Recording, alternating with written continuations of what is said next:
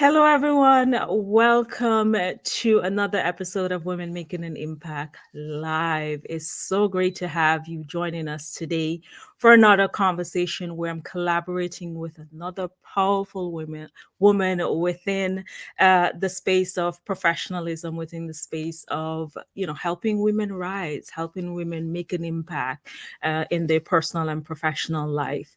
And before I go on, I want to share with you the usual goal, as I always do.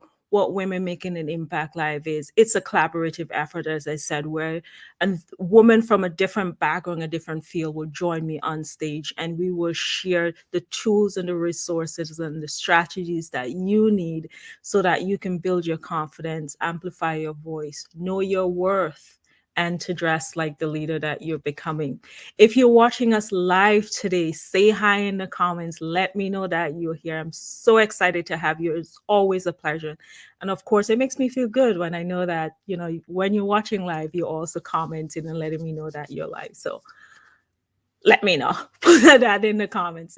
If you're watching a replay as well, let me know that you're watching. If you have any questions, make sure that you drop those in the comments as well, right? Because as we go along with this discussion, we're going to be answering those questions. If we do see them in the comments, we will be answering those questions along the way. So don't be shy. Put those in the comments. I am Solita Roberts. I'm the founder and image coach here at Style to Impact. Now, as we approach, slowly approaching a new year, I want to say slowly because we're just a couple months, just like 30 days, just about 30, less than 40 days out. So I want to, as we're approaching the new year, a lot of you may be in that mindset where you're going, new year, new you kind of vibes where you're going, start making a plan of what are some of the things that you want to do in the new year, what are some of your goals, and you have that energy and that vibe that you're going with of and things that you want to accomplish in the new year. But here's my thing, though: to be successful in your life and in your career and in your business, you not only have to make those goals, write them down, but you have to shift your belief system. You have to shift in your habits. If you take a look at maybe how the year has gone, you've written down like new year, new you, and you've written down those goals and you've set those resolutions. And by the sixth month, I'm being gracious here. Maybe some of those goals you forgot them. Maybe some of those goals didn't happen, right? You didn't put the necessary work that you needed to do to achieve those. So what I wanted this conversation to be about today is to help you to shift your mindset, right? What is something that you need to do differently than you would have done in the past to be able to achieve the goals that you have? Because you just don't want to say, I want to do X, Y, or Z, but how do you become what you want to achieve? What is it you want to achieve? And how do you become that person, right? To become that person, it simply means that you have to expand your identity. You have to expand a little bit of who you are and what is it you want to do and step into that person. Step into becoming and being that person that you want to do, you want to be. Now, before I invite my guests on stage, I want to talk a little bit more about when we're expanding and in that expansion, we have to do some reset, right? And in this space and phase that we're in right now, the reset that a lot of you may be looking for just to get your mind and your body right is a style reset.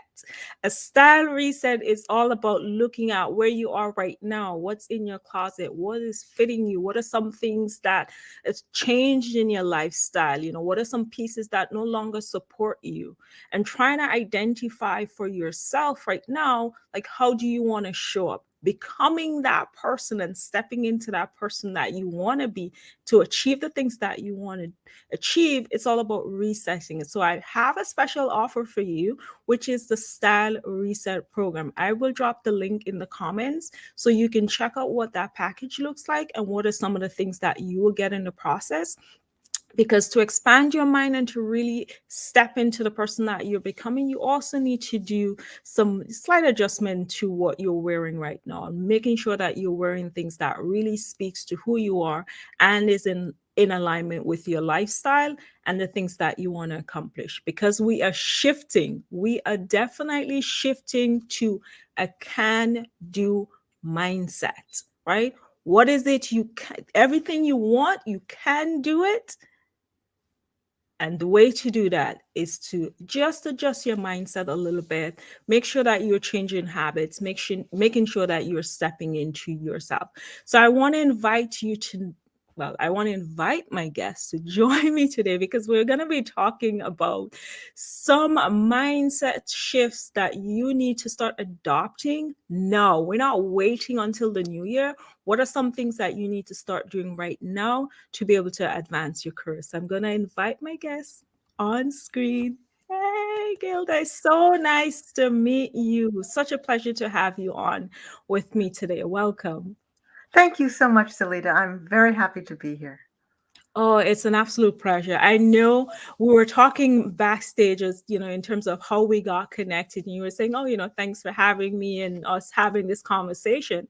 And it's like it's all about one of the things that style to impact is about. It's empowering women through style. And one of the reasons why I created Women Making an Impact, having this series, is not to just have my voice and my opinion on certain topics, but have the experts and experts like yourself come in and share the stage with me, where you share your expertise, where you are lending support to women who are looking at you and may not necessarily see you on the platform as often as they wish, because we know how the algorithm works, but giving you an opportunity to shine and really connect with those women that need the help and need the support, because every one of us are looking for a support system.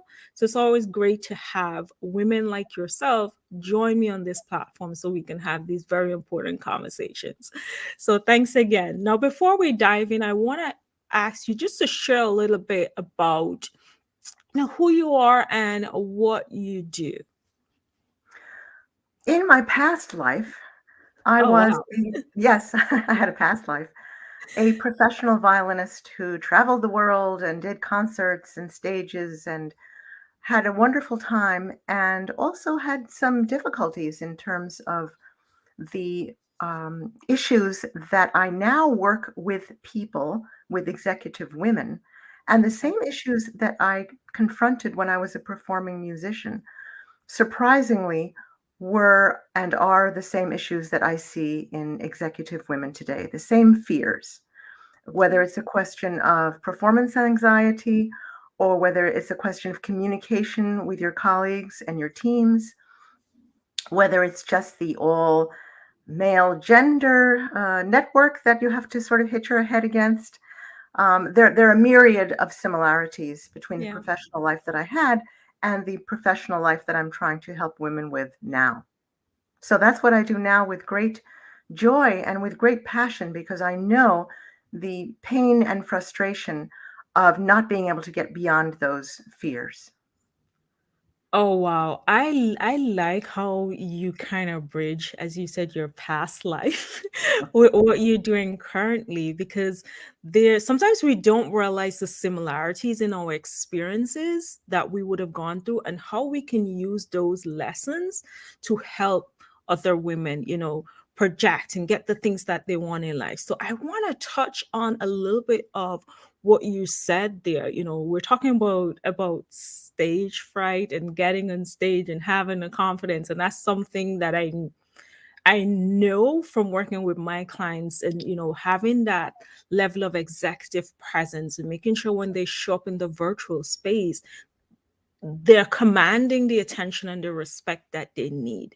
Now, before I started in my role as a personal stylist and an image coach, like I didn't know what executive presence was. Like I did not know what that was. I actually thought about I think the first time I heard about it, I thought it was for like something that, again, in the name, like executive women and women in high performing jobs and women in certain roles, were things that they had to work on. It's not only until I started doing my research, like what is executive presence, right? And for me, just learning about it and realizing that it's just as simple as ABC. Right? It's as simple as ABC. And it's like, but can you tell us like a little bit about, how do women develop that level of executive presence coming from that space of letting go of fear and really showing up? One of the things that I usually begin with in terms of executive presence is that people always think about what kind of presence they need to have in terms of working or speaking with others. And executive presence really needs to start within yourself, towards yourself, because you really can't lead anybody else or develop a rapport with others unless you have it intrinsically in yourself. So, executive presence starts with your own feelings about your capabilities, your own feelings about your creativity, your own way that you communicate your judgment or lack thereof, or what you think about yourself, because that's going to be reflected towards others. Yeah. So when I start working with women, it usually starts always with themselves. And then from there, how they can parlay those greater ways and better ways of being with others and towards others, so that the best of their selves becomes a presence which others can then experience. So it's Oh, not wow. something they just put on themselves. It's something that comes from within themselves that they can then deliver. Wow. Like I've never thought about it that way. Like I've never thought about it that way. As I said, when I read about executive presence, they talk about, A being for appearance, B being for behavior, C being for communication. But really and truly, the way you define it really does make sense because as when I'm working with my clients talking about appearance, it comes from within. Like, who do you want to be within your soul and your being? And that's the person that you are dressing, and that's the person who you're showing up as. Likewise, like, what's your behavior? What are some of those behavioral attributes that you want to project, right? So I love the way that you explain that, because it makes it so much more easy to understand, easy to digest, and easy to comprehend, in knowing like, okay, what are some of the action steps that I need to take to adjust my behavior, to adjust my appearance, to adjust the way that I communicate, to be able to grab the attention, influence others, and be able to make the impact that I want to make. So I love that. Now, before we move on, I want to say thank you to our guest that's joining us live. I appreciate it. I am not very good with names. I'm going to be honest. And one of the things that I do, I respect people and their names because I think it's part of our identity. So I'm not going to attempt pronouncing the name. I am just going to say thank you very much for joining us from Texas. So I appreciate you being here with us. If you have any questions as we discuss this topic, we're talking about four ways. We're getting into that if shortly. Is the four mindset shifts that you need to change so that you can get that growth in your professional life in 2022, right? What are some of those mindset shifts that you need to change within you to be able to get that growth that you need in your professional life? So we're going to be talking about that a little bit as we go along. But I wanted to, because when I think about, we're shifting now into that mindset part of it. And one of the things that for me, I remember when I made the effort, well, I don't want to say effort, when I made the decision to start my company, Style to Impact, there were like lots of emotions that I was going through, a lot of fears that I had. Can I do this? I don't have the experience of really like owning my own space and building out my online presence, of doing all these different things. And I was like, oh my gosh, you know. But at the same time, it's like, oh no, I'm gonna do it. Like that little part of me is like trying to counteract the voices that were in my head. And I was like, no, I had to, keep going, keep stopping. And one of the things that I realized, that to change your mindset is one of the hardest things to do. Like, it is the hardest thing to do, especially if you're one of those persons who are like, oh, I want to read more. You just say it, but you don't actually do it, right? It's all about the action steps. There's one thing to say, but then there's the other thing to do. And this is why we're changing that mindset to the can do mindset, because it's a way of making sure that we're achieving the things that we want to achieve.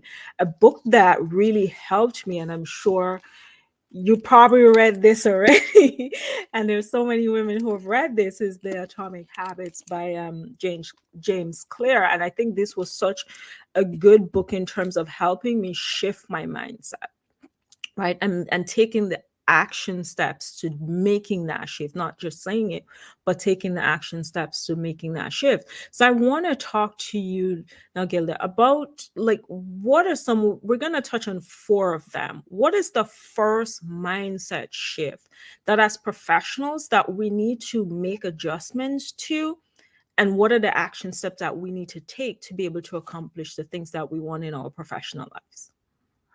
Well, I think the most important thing for any professional in any profession to do to combat fear is to have a sense of curiosity. Because when you replace fear with curiosity, it leads you to think, well, what do I need to do? What do I need to do now? What do I need to do to get there? But if we just back up a little bit, again, one of the steps to combat fear, and I just mentioned fear because that's the thing which holds us all back, Yeah, is that you first have to have a very distinct future vision of what you want. If you don't know what you want, you can't get there. It's like true. saying, well, I need directions to, and then you don't know where to is because you haven't decided yet where to is. So you Right. have to have a very concrete future vision of what you want to be, accomplish, do, whatever. And then the curiosity to figure out the steps which you need to do to get to that point. If there is fear involved, which there always is, Yeah. you can rebalance the fear by substituting the curiosity, because once you put curiosity in place of fear, you will not feel the fear as much because you cannot have two emotions locking your mind at the same time. Yeah. So, when you concentrate on the curiosity of how you're going to get somewhere, it's not to say that you won't have fear, but you will be more delighted to take the path of curiosity than fear. First of all, because it helps you to get there, and second of all, because, or maybe first, you feel better. I love that. I love that because that is the driving force behind a lot of the unaccomplished goals that we have as especially as women, right? It's that fear of putting ourselves out there, that fear of asking for the promotion, that fear of asking for a raise, that fear of speaking up and talking about things that are important to us, because we have this fear of being judged and being viewed as less than. And I like that approach of creating or coming from a space of curiosity, because once you're curious, you're thinking, okay, so I'm thinking that in your professional space, you may be saying, you know what, I think that I deserve, based on my qualifications, based on my output, based on every aspect of your professional assessment you're doing, and you're like, I think I deserve a 20% raise, right? And instead of allowing that fear to say, no, don't do it, it's like curious, like, first, what is the first thing that I need to do if I think I deserve it? It's like, it's to make the acts, or maybe put together my plan of action to go and make the acts. So I love that approach to it. And I think that's such a valuable lesson, especially now where we're looking at, and we're talking about, we're looking at aligning our values to where we're working and making sure that everything is in alignment. It's not feeling stuck and thinking that you have to stay within that same space, that same job, because of fear of, oh, but I have a job now. If I walk away from it, I don't know what I have. But being curious to say, what if I stepped away? What if I walked away from this and I walked into something else? Is that my purpose? Would I be more happier? Would I have more time for family and friends? Would I have more time to do things that, are important to me, the self-care, and actually practicing self-care, not just saying self-care, right? Because we say that a lot. It's like, oh, I want to practice self-care, but we don't actually do it. And self-care is not just the activities that we do, but it's the mindset and the, how we talk to ourselves and some of the things that we do.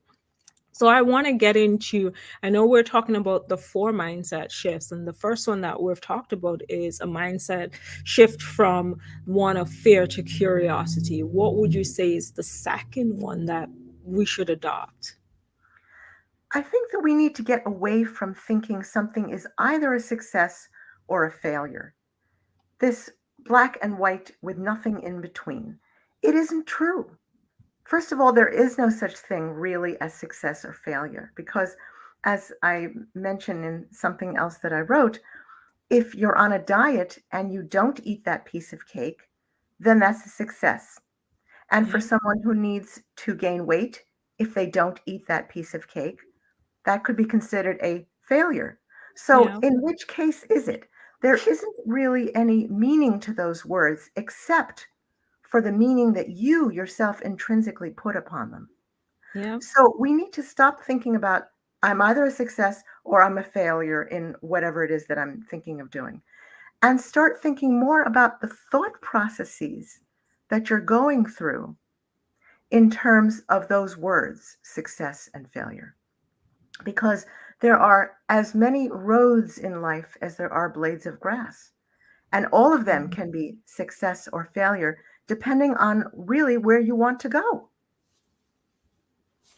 Absolutely. Like I'm here and I'm going, wow. I'm going, wow, because it's like from I'm looking at it from my point of view. It's like, oh yeah, I know this, but to hear it being translated back to me, it's like, wait a minute, don't place, because we do that, right? Whatever, just like with the fair, we tend to think, oh, if I don't, like, I made a commitment to say I'm coming on LinkedIn and doing, hosting these Women Making an Impact live. I sometimes get on myself. I'm thinking, oh, was that great? Was that good? Was that? And like, I'm judging and I'm like, oh no, but I didn't ask this question.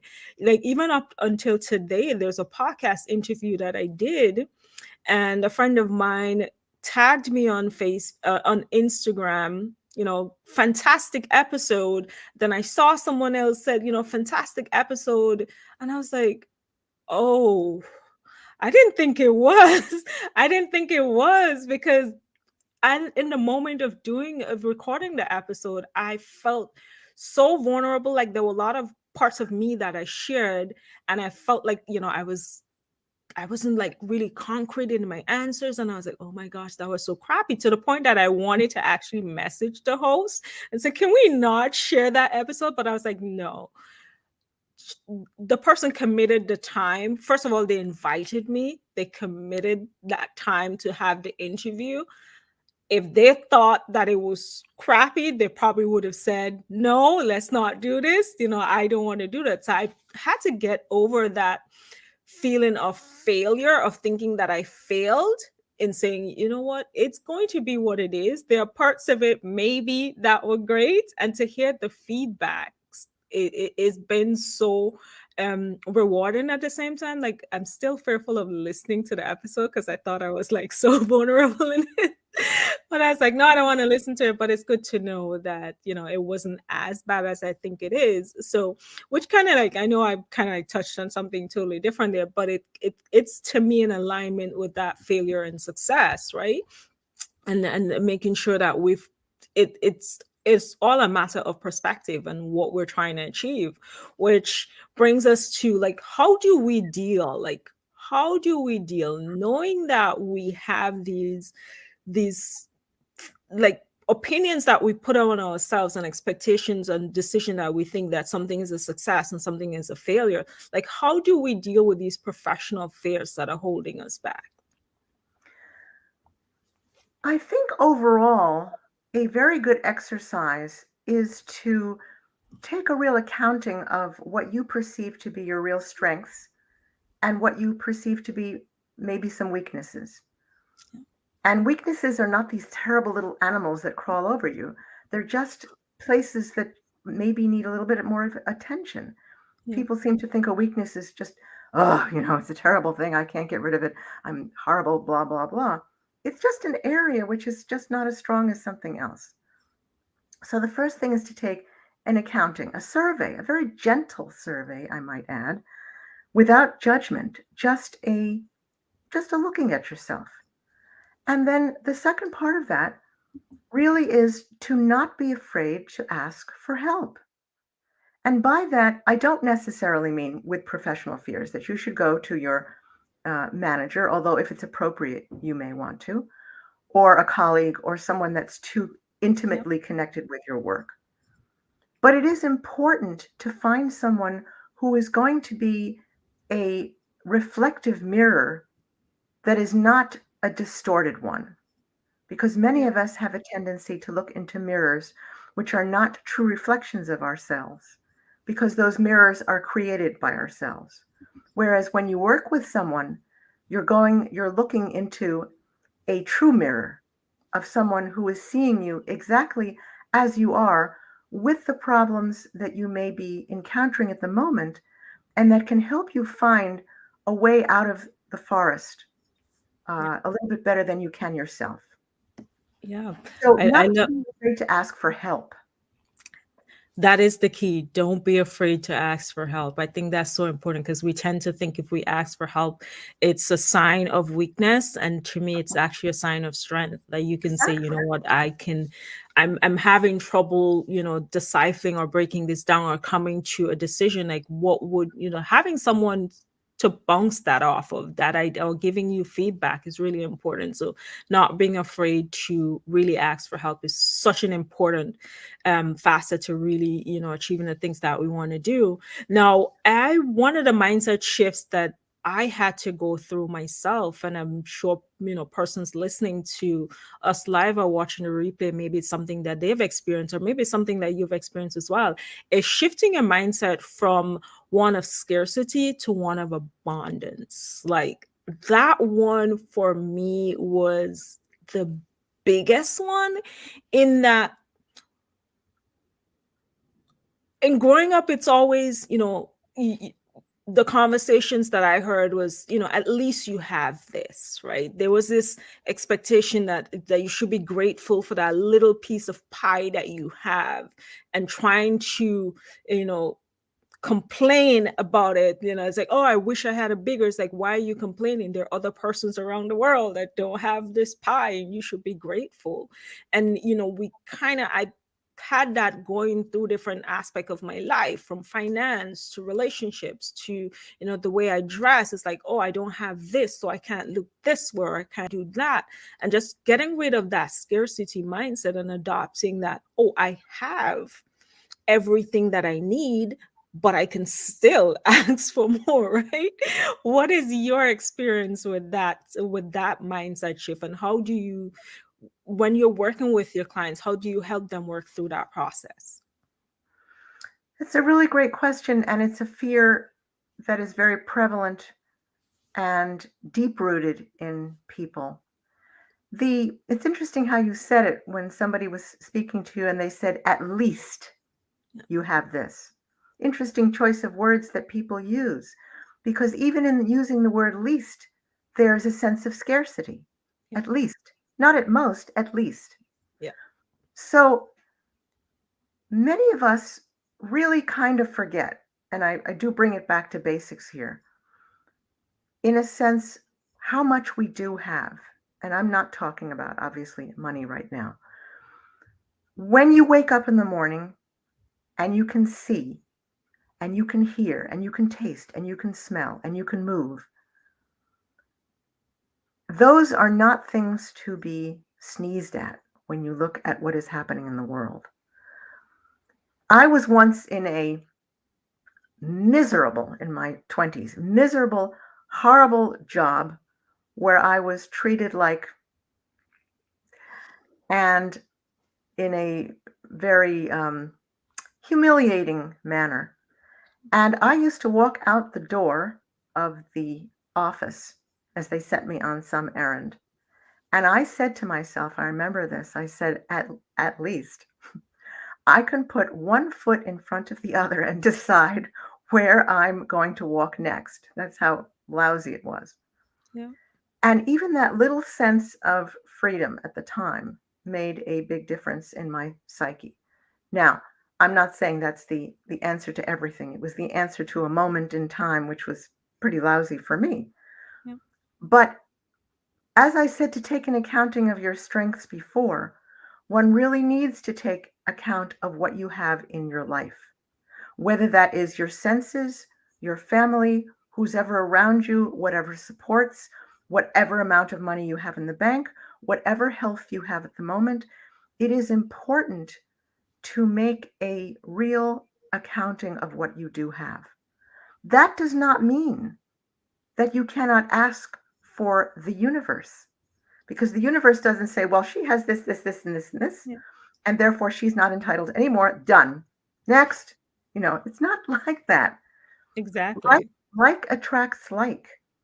And the importance of gratitude for what you do have is very important if we're going to talk about energetic points of view.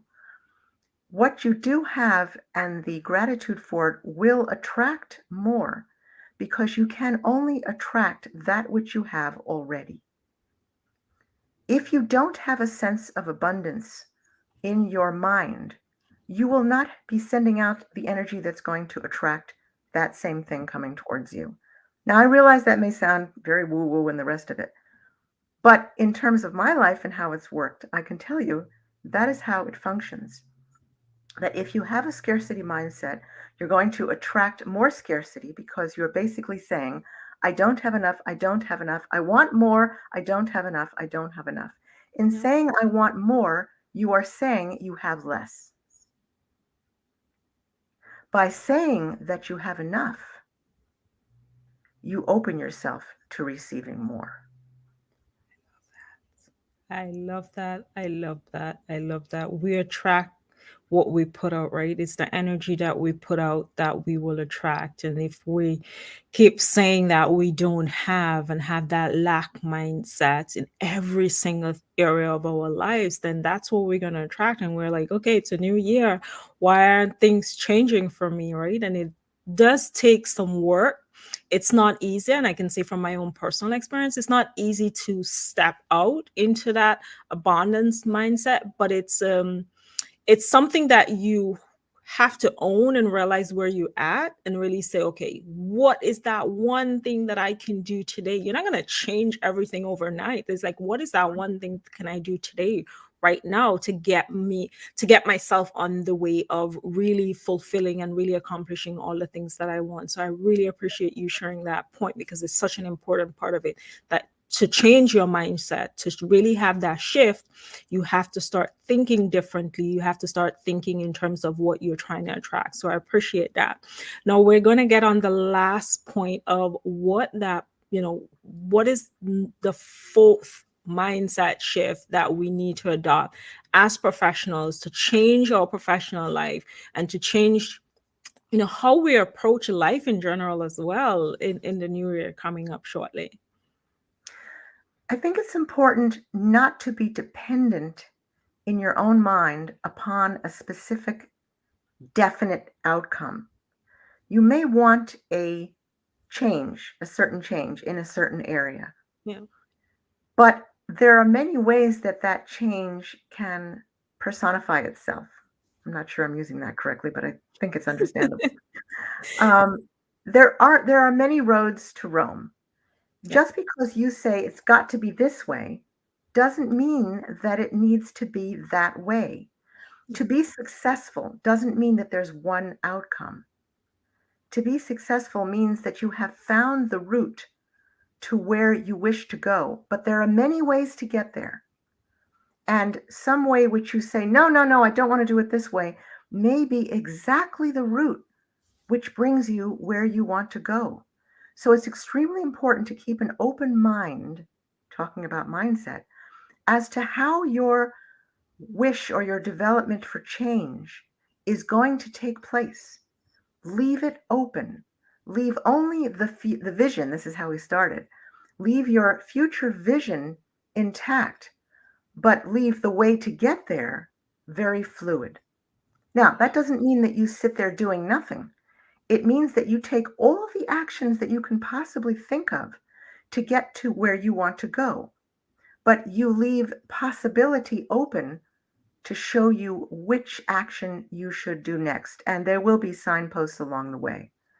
So never think that it's got to be done this way, because this way may be really the way that brings you where you want to be. Oh my gosh, that is so powerful, because we tend to think that, okay, if we want to get to, like, just working with my clients, when we, talking about resetting and working on your style and getting to the place where you can own your identity in terms of your style, it's like, oh, I want to dress better. So I'm going to go into stores and buy more clothing. It's like, no, there's another way to doing it, right? There's another way that helps you to maintain the success that, in terms of the things that we would have worked on, making sure that you're repeating it and it's not just a one-off. So I do love that approach of knowing that this is your goal, but no, there's different journeys, destinations that will get you there. So I absolutely love that. Now, before we wrap up, I know that you have a book coming out shortly. Can you tell us a little bit about that? I don't want to say the topic, because I think it's like so important, not only to the conversation that we're having right now, but the conversation on a broader spectrum, in terms of, I like to relate everything back to women, in terms of where women are right now and how we're saying that, okay, we before it was, we saw like pockets of changes, like something will happen today and then it's maybe 3 4 years until there's a change within, a field where a woman is dominating or taking up the helm at a leadership, taking up a leadership position or doing something really magnificent and amazing. But we're finding there's a shift now where women are saying, okay, I'm going to release some of that fear, some of that blocks and things that were holding me back, based on what society, based on what my family and my surroundings may have told me not to do. And it's like, no, I am going to embrace who I am and really step out in faith and step out in purpose and step out on a mission of really trying to make an impact of the world. So really, I want you to share with us like that book that you releasing, coming out shortly, because I'm excited to hear a little bit more about that. Oh, thank you, Salita. It's called, excuse me, it's called Dancing with Your Muse, and that is releasing inner fear and embracing creativity. And it really has to do with exactly what the title says, releasing the fear that holds back your creativity in whatever realm. You Yeah. don't have to be an artist, you don't have to be a musician, you don't have to be anything that has to do with the stage. It's a question of your own potential and embracing that potential. And so it's a series of 30 essays which deal with the most common fears that we have concerning our own potential and creativity, and how to move beyond them with a gentleness and a spirituality which does not have the slightest bit of judgment within it. And I think that will be helpful for business people as well as creative people. It's really meant for everyone. Yeah. And it will be out, I think, in December 9th, I think, in the United States. This December 9th. Oh, I'm excited for that. Is there a way to, like, is there a link that the audience can go to be able to maybe register to get notification when it's released? Sure. Yeah. Well, they can go to Amazon, but they can also, if you want to read the first chapter of the book, you can go to my website, which is performermindset.com, and sign up there, and you can get the first free chapter and anything else that I may put out that may be of interest to people on the subject, whether it's business or creativity.